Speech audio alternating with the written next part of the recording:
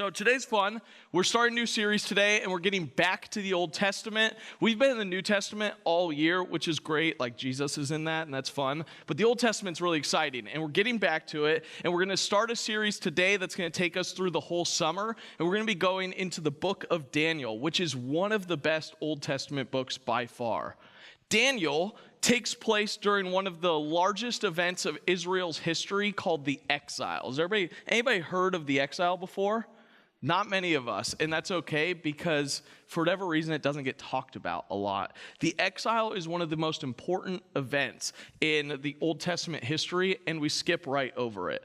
The exile, what happens is there's a nation called Assyria who captures the northern kingdom of Israel, and then a nation called Babylon who captures the southern kingdom of Israel, also known as Judah. And both empires, Assyria and Babylon, they go into the land of Israel and they take the Israelites out of the land, and they bring them back to their respective countries. And the Israelites in this big capture and deportation are either killed or forced into servitude in a foreign land as exiles.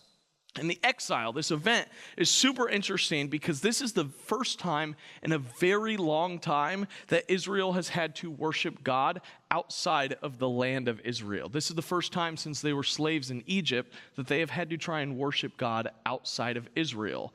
And most Israelites, because they've been so far removed from that, they believe that God actually only exists in the geographical location of Israel. And so now that they're gone out of it, they're trying to figure out if God is still present with them, and they have to discover new ways of worship to follow the Lord when they're not at home. And so this exile actually leads to the creation of the Jewish religion, to the New Testament as we see it with synagogues and Pharisees and all that. They all blossom out of this exile because they had to create ways to worship God when they couldn't go to the temple. And that actually leads to modern Judaism as we know it. It's all stems out of this exile. All that being said, the exile is a major part of Israel's history. It is a crucial component to what bridges us between the Old and the New Testament. And so the book of Daniel focuses on a part of the exile where Babylon, led by a ruthless king named Nebuchadnezzar, invades Jerusalem. And Jerusalem is the capital city of Judah, the southern kingdom of Israel. And it's Nebuchadnezzar, he invades it for the first time. And in this raid, Babylon captures the king of Judah. His name is Jehoiakim. He is the son of Josiah. Josiah, you've probably heard of when we did our king series. He was one of the last kings that we talk about. And then he's the last king mentioned in the book of Chronicles. So Josiah, this great king, he gets killed and has a son named Jehoiakim. And Jehoiakim, as he is king of Israel, gets captured by Nebuchadnezzar. And so not only that, but Nebuchadnezzar goes into Jerusalem during this raid, and he takes the young men out of Jerusalem, including Daniel and his 3 friends. And he brings them back to Babylon, where he will train these young men for 3 years to serve Nebuchadnezzar. They will be trained in the ways of Babylon to serve the king of Babylon. So Daniel, as he's taken from his homeland, he's probably a teenager. He is ripped from his land, and he watches from a distance as Babylon goes back and back again to Jerusalem and completely destroys the land and captures its people. Multiple raids over many years happen in Judah, and Daniel and his friends were part of that first one, and they're in Babylon, and they're being trained to serve the king, and they're being challenged by God as they are in a foreign land to still remain faithful. Daniel lives during his time in Babylon through 5 different kings of Judah, ultimately watching from a distance as his homeland is destroyed, as the nation of Judah and Israel fall. And so we begin our series today in the book of Daniel, finding Daniel as he is first captured. And we are going to learn what kind of a man Daniel and his 3 friends that are with him, what kind of a man, what kind of a servant of God they choose to be as exiles. So if you have your Bibles on you, open up to Daniel chapter 1. Daniel 1, we're going to read verses 8 through 21. But Daniel resolved that he would not defile himself with the king's food, or with the wine that he drank. Therefore, he asked the chief of the eunuchs to allow him to not defile himself. And God gave Daniel favor and compassion in the sight of the chief of the eunuchs. And the chief of the eunuchs said to Daniel, I fear my lord the king, who assigns your food and your drink. For why should he see that you are in worse condition than the youths who are of your own age? So you would endanger my head with the king. Then Daniel said to the steward, whom the chief of the eunuchs had assigned over Daniel, Hananiah, Mishael, and Azariah, test your servants for 10 days. Let us be given vegetables to eat and water to drink. Then let our appearance and the appearance of the youths who eat the king's food be observed to you, and deal with your servants according to what you see. So he listened to them in this matter and tested them for 10 days. And at the end of the 10 days, it was seen that they were in better appearance and fatter in flesh than the youths who ate the king's food. So the steward took away their food and the wine they were to drink and gave them vegetables. As for these 4 youths, God gave them learning and skill in all literature and wisdom. And Daniel had understanding in all visions and dreams. At the end of the time when the king had commanded that they should be brought in, the chief of the eunuchs brought them in before Nebuchadnezzar. And the king spoke with them, and among all of them none was found like Daniel, Hananiah, Mishael, and Azariah. Therefore they stood before the king. And in every matter of wisdom and understanding about which the king inquired of them, he found them 10 times better than all the magicians and enchanters that were in his kingdom. And Daniel was there until the first year of King Cyrus. Daniel's the odd man out in this situation, and it's hard to be the odd man out. Have you ever been in a situation where you feel like a stranger, not because you don't know the people, but because you are different than people in some way? Yeah, we've been in those situations. Where everyone's one way, right, and you're the other way. Where you are the exile of sorts. And those situations, those are frustrating, those are hard situations, because for the most part, the easiest way to get out of them is to assimilate to the environment, to make yourself like one of the rest, and then you don't have that problem anymore. But what if you can't? What if assimilating to whatever that environment is, in doing that, what if you are corrupting something of yourself, of your character, of your beliefs? What if to do that thing is to go against everything that you feel in your gut, that you're telling yourself no? What then do we do? I think of a time in my life when I was drastically the odd man out, specifically where if I did something, I felt that I was compromising my faith. And that's when I was in high school. In high school, I had an amazing group of friends. There were probably 15 of us that hung out almost every single day. And we all went to 2 or 3 different schools, but we were pretty tight as friends. And the cool thing is that even though we went to all these different schools, my friends and I in high school, we all went to the same church. And you're like, well, this is a really cool church group. It's different. So we all went to the same church. And for a while, that's cool. Like, we all love Jesus. We're doing the church thing. We're hanging out. It's fun. But then, like, halfway into high school, around sophomore year, towards the end of it, the party scene started to make itself apparent to us. And for the most part, every one of those friends got heavily into it. And the weekends, instead of filled with whatever we were doing, were filled with partying and drinking.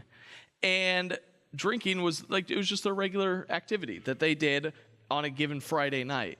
And for me, I struggled with that because I felt that if I started drinking as sophomore, junior, senior in high school, that I would be going against what I believed I should do to follow Jesus. And I felt for myself that I should not drink alcohol until I legally could. But I wanted friends. And every one of my friends went from this great church group to, we don't need to go to that church event, let's go party. And I was kind of the loser because I wouldn't have a beer. So I didn't want to lose my friends because that would have been hard too. So I went to these parties, but I willfully was abstaining from the drinking, and I became the sober guy who eventually just started to get left out. And unfortunately, in choosing to not drink in high school, to go with wherever all my friends were going, I think it led to the loss of all those friendships. We all graduated, and I don't keep in touch with really any of my high school friends anymore. And I think it was because my choice in high school to not drink. And that was hard. But because I made that choice, I also felt like I kept a very secure faith in Jesus during my time in high school. So much so that I felt a call on my life from him to become a pastor. And because I made the decision to not party in high school and therefore go to a school where I can party more, and like those big schools are fun, and I get that, but I made a choice not to do that. I went to school to study to be a pastor.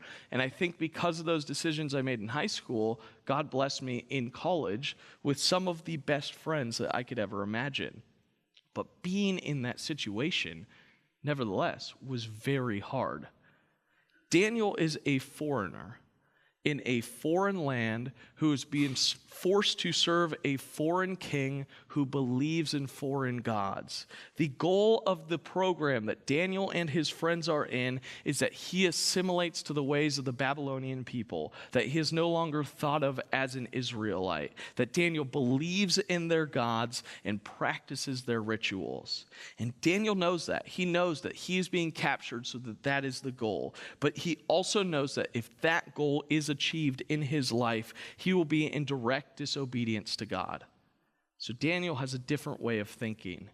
Daniel starts to ask, what if there is a third option? Instead of assimilate or die, what if there was a different way? What if there's a way to be obedient to God even in this situation as an exile? And today we're going to see his model for obedience, and we're going to apply it to moments in our lives when we find ourselves to be exiles in a foreign place. And so look at what's happening in Daniel 1. One of the ways Babylon plans to assimilate the boys, we missed this because we skipped past it when we started our reading, was to feed them. The king wanted these boys to be healthy, and so he provided platters of food for them to eat. Specifically, though, he planned to feed them meat that in the Hebrew culture was unclean, or meat that had been offered to the Babylonian gods. And if you've read through the Old Testament, through the law, we've talked about the law a lot. If you've read through the law, there are animals that are prohibited to eat, and you cannot eat any animals that are offered to foreign gods. So if Daniel is to partake just in a dinner in this program, he is going to be going against his faith in the Hebrew God, our God, Daniel's God. And Daniel's given a choice to make. Will he remain true to God and risk his life, or will he submit and go against what he believes?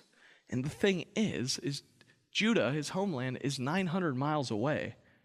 Nobody's ever going to know if he just has one or two of these meals. Everybody else with him is going to eat these meals too. For him, nobody would ever know. But even though nobody would ever know, even though nobody would think anything of it, Daniel says, I can't do it because it compromises my faith. And so Daniel goes to the chief official, the guy that is over them, and he asks if he can have a special diet. And to do that could be taken as an insult to the king. If the king were to hear of that and say, whoa, this guy doesn't want to eat my food, he could just kill him. But Daniel does it anyway, and he's being outwardly maybe disobedient to the Babylonians, but he's being loyal to God. And so the guy in charge hears it, and he's kind of impressed. He's like, this is a great meal. No one's ever asked to eat something different. And though he feared Nebuchadnezzar, knowing that if Daniel's idea of a meal didn't work, that not only Daniel would be killed, but the official would be killed, he still allows Daniel a special diet. And so Daniel and his friends are to only eat vegetables and drink water for 10 days. And if they were healthy, they could continue on in the diet. If not, they better get with the king's food or else. The word for vegetables in Hebrew comes from the verb to sow and translates to that which is grown from the seed. So we think just vegetables, but it's also probably fruits, whole grains, lentils, things like that. So it's not just vegetables, but it's not much better than just vegetables. And what we learn is it the only way to be holy for Daniel's to be a vegetarian, I guess? I actually don't know if that were true, if that were the only way to be holy. I don't think I could do it. I think I'd give up. I actually tried it once, and I'll tell you about that in a second. Verse 9 shows that in all of this, God grants Daniel and his friends kindness. I love the word. It says, your translation in verse 9 may say compassion, it may say kindness. It's a great word in Hebrew. If you were to ever memorize Hebrew words so you could Say, like, oh, I know that word in Hebrew when you're in like a small group or something. This is the word you need to memorize. The word in Hebrew is called chesed, and you'll see it up on the screen. And chesed is a word that is in correlation to God. It's always a word used when thinking of a characteristic of God. Chesed, and it's with the ch sound. Chesed is something that God has, and it is a loving kindness. It is a faithfulness. It is a loyalty, that God is not just being nice to Daniel and his friends. Verse 9 says that God is extending his grace, his favor, his goodness over Daniel. As Daniel chooses to remain faithful, God is giving him his loving kindness and loyalty, which is huge. So what would happen if we were to be like Daniel? If we were to see whatever the situation is that presents itself that we know is wrong, and we were to choose faithfulness instead? If we were to choose faithfulness in all of our life circumstances, how would God respond? Because God responds to Daniel by giving him grace. And that's the underlying challenge of the chapter, to respond in faithfulness and receive the blessing of the Lord. Taking a quick detour, I said I was going to talk about vegetarian to be holy. Have you guys ever heard the Daniel fast? Does anybody know what the Daniel fast is? Yeah, it's terrible. Like I said, I literally tried to be like Daniel once, to become more holy and skinny. And basically, there's this diet that Daniel ate has been like popularized into modern like hip trendy church like diet fashion, I don't know, thing. And the concept is that you only eat fruits, vegetables, nuts, lentils, whole grains, and drink water for a set period of time in order to be more holy and healthy. And I'm super hip with the church trends, obviously, so clearly. So I tried it. And I tried it because I went into college I was a little guy, weighed 135 pounds. I left college 4 years later weighing 235 pounds. The freshman 15 for me was the freshman 50, followed by the sophomore 25 and the junior 25. And so I decided, like, for my age and height and weight, I was very unhealthy. And the only way I thought to fix it is I must do a biblical fast. So I chose the Daniel fast. And I did 3 weeks of the Daniel fast of fruits, veggies, nuts, lentils, whole grains, water. No meat for 3 weeks. And I lost 30 pounds, which is great. But it was the worst thing I ever did. And I really do not recommend the Daniel fast. Do it if you want. Great for you. I don't recommend it, because every night I was going to sleep and like I was dreaming of like the most simple, like an Oreo. In my mind was 2 things. 1, an Oreo is sin. I can't touch it. And 2, like an Oreo might be the best thing I've ever tasted in my life. And I dream about it every night. But I did lose a bunch of weight. So if you want like a really quick and awful weight loss thing, there you go. It's terrible, but it's effective. And I did not get any holier. I just got way grumpier. And it was terrible, but I tried the Daniel fast. And so there's your what you can do with the Daniel fast. Back to the Bible. At the end of this period, Daniel does this thing. He does it for 3 years. I did 3 weeks. He does this for 3 years. And at the end of the 3 years, him and his friends looked healthier and better nourished than all the other youths who were eating the king's food. And they were allowed to continue. And they were successful. The Bible is saying that eating vegetables is good for us, and I promise you I don't believe it, but whatever. Daniel, in his faithfulness, received from God a reward of not only safety, he wasn't killed, but he was set above all the rest, and he got to serve the king at a higher level. The rest of their training, you'll see after he makes this choice, is summed up in verses 17 to 21. And I just want to highlight again verse 17 because of what it says. As for these 4 youths, God gave them learning and skill in all literature and wisdom. And Daniel had understanding in all visions and dreams. God granted these men success. The word for skill in that verse is a verb meaning to have success. And in Hebrew, you can write verbs like 1,000 different ways, which is really frustrating. But it is written, this verb skill, this verb to have success in the Hebrew is written in what's called an infinitive absolute. And you don't need to remember that, but an infinitive absolute is a way to write a verb when expressing that something is sure to happen. When something is guaranteed to happen, that there is no other option, verse 17 says, except for these men to succeed. God guaranteed their success because of their faithfulness. One specific way God provided was by giving Daniel an extra special gift, the ability to understand visions and dreams. God made Daniel an expert in interpretation of these things, that because Daniel had faith, because Daniel remained loyal to the Lord, he became successful and he became an expert in a skill that would drastically alter his future and the future of people around him. And as we continue in the book of Daniel, you'll see how that comes to be. Him understanding visions and dreams is a huge part of this book. And so Nebuchadnezzar is impressed with these 4 men, and immediately they enter his service and they stand beside the king, and they are thought of, these foreign exiles who are into forced servitude to the king, they are thought of as more valuable, as better than the king's nobles and magicians and enchanters.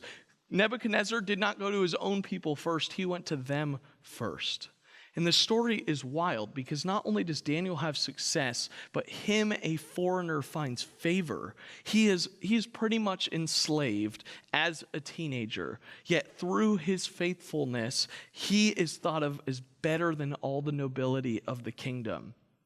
Foreign slaves in the ancient Near East, and really anywhere, are never above citizens of nobility anywhere. But God doesn't play by the rules of the Babylonians. And he says, if my people are going to be faithful, I'm going to lift them up. And he offers Daniel these positions of extreme favor, so much so that verse 21, the end of chapter 21, closes by saying that Daniel lives longer than King Nebuchadnezzar, all the way until King Cyrus, the king following Nebuchadnezzar. Daniel's lifetime is longer than the king's, and he is successful. Daniel clearly loved the Lord. He was obedient and a true Israelite. And I am sure the plan that Daniel had for his life was not this. When I think about this chapter, I think, is this what Daniel really wanted? And the answer is probably no. Daniel's plan for his life was probably to live in Jerusalem, work hard, worship the Lord, and be peaceful, be happy. Young Daniel's idea of prosperity was probably simple. It was, I'm going to worship God, I'm going to have a family, and maybe God will use me for his service in some simple way, like to be a teacher or to work in the temple, something like that. And that's Daniel's ideal. But then instead of Daniel's ideal life, he gets captured, he gets enslaved, he watches from afar as his homeland is burned, and he is powerless to stop it. He is taken from his land, from the temple of God, the most holy of places, and forced to live out the rest of his life in a foreign place, a place that speaks a foreign language with a foreign people. Daniel's life as an exile is the last thing he wanted, the last thing he ever expected would happen. That we don't read it, but under the words, there's an underlying suffering and pain and grief that plagues at least Daniel's early experiences. He goes through all of it, physical, spiritual, mental, emotional. He suffers as he is exiled. And though he was successful, being in exile is not what any of the Israelites wanted. But then look what he did as an exile. He took advantage. He knew that this is not what he wanted, but instead of giving up, instead of folding over, he trusted the Lord, who, by the way, remember, he didn't even know if God could reach him. He didn't even know if God was all the way out in this location. He thought that maybe God was tied to Israel, but it didn't still stop Daniel from trying to reach God, and it turned out that God was over all the nations, and God met Daniel in his exile. Daniel was met with this opportunity to completely conform to the ways of Nebuchadnezzar, to drop his God and serve their gods. And included with this deal, if Daniel were to just take the deal that was given to him, he would get the best of the king's food, he would get fine living, he would get top-notch schooling in Babylon. But these things would take him from obedience to God, and in the end, he knew it would be his downfall. So Daniel chose another way. I wrote my Bible. I went through Daniel a couple summers ago with students, and I wrote in my Bible years ago next to these verses that sometimes the biggest challenges to our faith are wrapped in the prettiest packages. Sounds kind of nice, the deal Daniel's offered. If I saw a ribeye sitting before me, I should just eat it. I'd eat that so quick. I would never think about vegetables because how easy would it be to just eat the meals, right? You know how good a burger sounds when all you've been eating is broccoli your whole, like for weeks? Like it would be so easy to just toss up one prayer to another God. No one would ever know. Everybody else is doing it too. Who cares? But deep within his being, even if he caved an inch, he would be disobeying the creator of the universe and he would suffer. And he knew that if he defied God, if he conformed to the world around him, that his hope is gone. Not because God broke a relationship, but because Daniel would be throwing it away. This training program, the way the king wanted it done, would cost Daniel his soul. If he followed through, he would corrupt who he is and what is most important to him just to get some dinner. And he knew that, so he found that other way. And I want us to think, for our church, for our individual selves, what does faithfulness as foreigners look like? For all of us, to be a Christian in this world, specifically to be a Christian in the United States now, is to be on the edge of society. It is no longer the norm in the United States for people to follow God, for people to be a Christians. Christians in the United States have become the minority. And that's the truth of it. And so because of that, because now we as Christians are the minority, we can be foreigners in a wide variety of environments. So for you, maybe you are a foreigner in your workplace because you work at a great company, but you can't talk about your faith. It's an HR policy. And the things the company supports are against your faith, maybe. Or maybe you're a foreigner within your family. The rest of your family doesn't believe in Jesus, and they think this whole church thing is a waste of time. They think you're weird or that your goals are terrible because they include following Jesus. You could be a foreigner even in a church setting. Sometimes you're new to church and it seems like everyone either knows each other or knows the systems of how the church works, and you are on the outside and you don't know how to get in with some of the church cliques you might see. We get that. We're aware those situations are real. Maybe you are a foreigner, not just in your job, but your entire industry is non-Christian. Or maybe your entire industry is anti-Christian. You are swimming upstream. You are passionate about what you do, but it seems like everything's against you. How do you navigate these environments? I can go on for days, but the reality is we are probably, as followers of Jesus, foreigners in some aspect just because we have chosen to believe in God. And that's just the truth of it.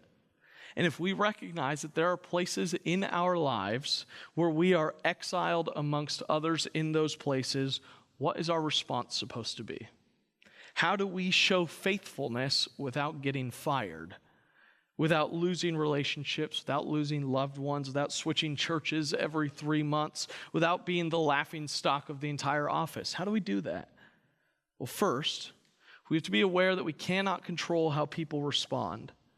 We can do our best to bring peace and unity to our situations while still being Christians, but at the end of the day, people may respond poorly. Daniel knew that asking to live an alternate lifestyle would mean possible punishment, would mean possible death, but that this way of life was the only way that he and his friends could still worship God. He was not very concerned about the response of the Babylonians. He knew what he had to do, and he stuck to what is right, and he was recognized for it as being worthy and successful and good. Obviously, the goal with following Jesus is you want people to respond to you well. The goal is not to do or say things that will purposely upset others, that will purposely be divisive, But we have to know that if people do respond upset or uncooperative, it's okay. It's out of our control. It's not my job to control how you respond. And so we have to be able to let that go before we can do anything else. And then to copy the model Daniel set before us of how we show faithfulness as foreigners, I think there are three things we can do. The first, as was modeled in Daniel's story, is we have to know what lines, what boundaries we will not cross. Life in the kingdom is hard because there are things we may have to sit out of. There are conversations you may not be able to participate in as a Christian. There are events you may not be able to go to. We exist as a church community to learn about God together, and in knowing him and his ways, we can discern what is right for us to be a part of and what is not right. And if you're confused about what boundaries to set, how do you know what God wants for you in any given place or situation? The second thing that Daniel does is he invites God into the situation. If you get the feeling that something does not align with your beliefs and you do not know what to do, as you apprentice under Jesus, you just invite him in. You slow down, you breathe for a second, and you pray. Jesus, I don't know what to do. Jesus, I have no idea how to handle this situation. Help me. The key to that is if you don't know, ask. You will never discern the way Jesus works in this world if you never ask how he works in this world. I'm sure that if you were to take time, wherever you find yourself, to pray and invite the Lord in, to take time to talk and then to listen, not only will what not to do become clear, but he will give you an alternative of what you should do in the situation. He will show you. I have a mentor that I meet with every now and then. His name's Bill. And I always go to Bill with like life's biggest problems and say like, what do I do? And I always present like these things that I'm going through. And his response, 99.99% of the time, the first thing he says back is he goes, well, how have you invited Jesus into the situation? And what's he saying? And I sit there like every time, like so shocked at like this great wisdom that he asks me every time. Because my response is like, oh, I haven't asked Jesus about this at all. We need to be people that allow Jesus to be part of our lives. If something is troubling us, to let Jesus in because he won't force himself into it. And then the third way to be faithful as a foreigner is to do and not do out of love and respect. You don't have to make a big scene. You can kindly not participate. Daniel never stands there and condemned what they did. Daniel did not say, what you are doing is wrong. He just said, I'd like to eat something else. Daniel respected the authority of those in power, and he cared for them. And we'll see coming up how he continues to care for those who have the authority. That you love others because Jesus loves others, even if what they do or what they say is against what you believe. That we can abstain from something without outright hating the people who participate, even if their current hairstyle is hideous and you just can't even look at them. Please be nice to me.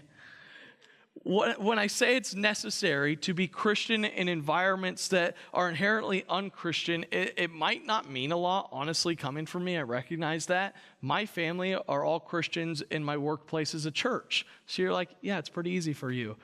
You pray for a living, and I do a little bit more than that. But there are people that are a part of this community that are actually in our church who have mastered the art of faithfulness in places where faith is absent. There's one person I want to tell you about that comes to mind. It's somebody I met when I started here at Canyon Hills, and somebody who over these years I've become good friends with. He's a man I respect and admire, and he also happens to be an absolute beast at Pokemon Go. So he just, everything, checks off every box. His name's Mark McGinnis. You guys may know who he is. And over my time knowing Mark, just having constant conversations, he serves in youth and young adults with me. He has talked about in his job how he is just tried to show people Jesus at work. It's just a constant thing that he's talked about. And he has shared how he's invited people to church or how he's had conversations with people about Jesus that they have prompted with him. And so I was talking to him this week, and I asked him if he could just send me some notes on his experiences being faithful as a foreigner in his workplace, as a Christian in the business world. And he sent me back, and this is what he said. He said that it can be extremely challenging to be a Christian in the workplace. I think we know that.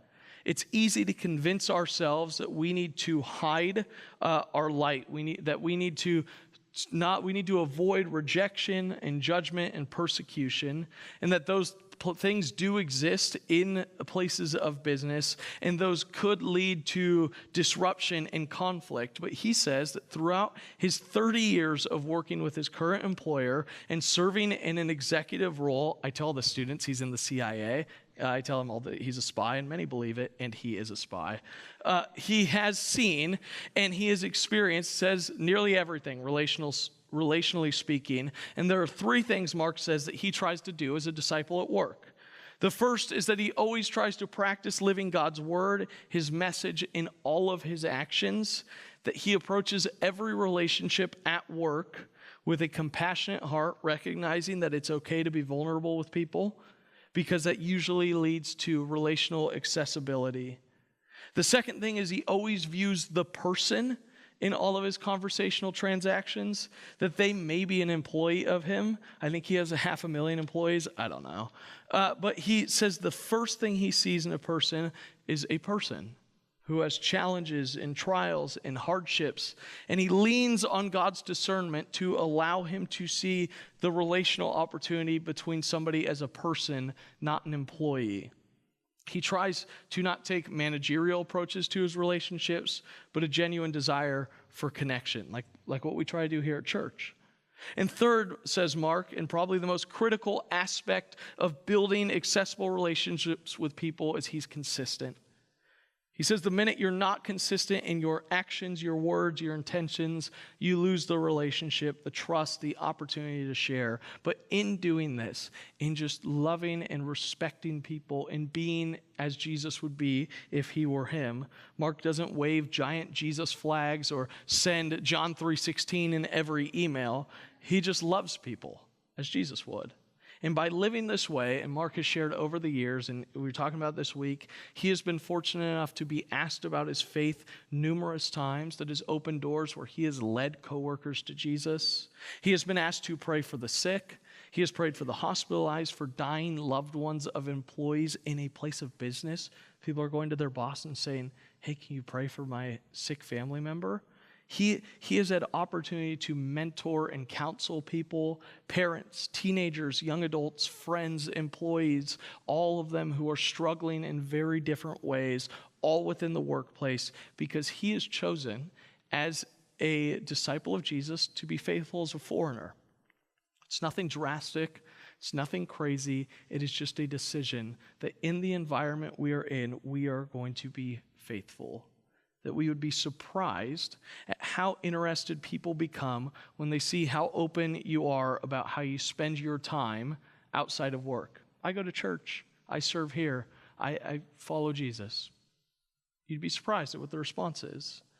The book of Daniel says we cannot just be faithful when it's safe. It's so easy on a Sunday morning. We're all really nice people. It's great in here. Daniel shows us, though, that in all environments, especially the ones where we are the exile, we need to embody our faith so that we can not only become who we are called to be, but so that we can change the world around us. That's what Daniel does. We'll see as we continue. The challenge for you today is to find an area of your life where you are the foreigner, where you being a Christian are the outcast, to invite Jesus into it and just see how he wants to use you. Let's pray. Lord, thank you for this morning. Thank you for opportunities to be faithful. As we go into our weeks, reveal to us the places where we need to follow you well, and show us the people that we need to extend your hand to. thank you for trusting us with such a great mission. Please give us success.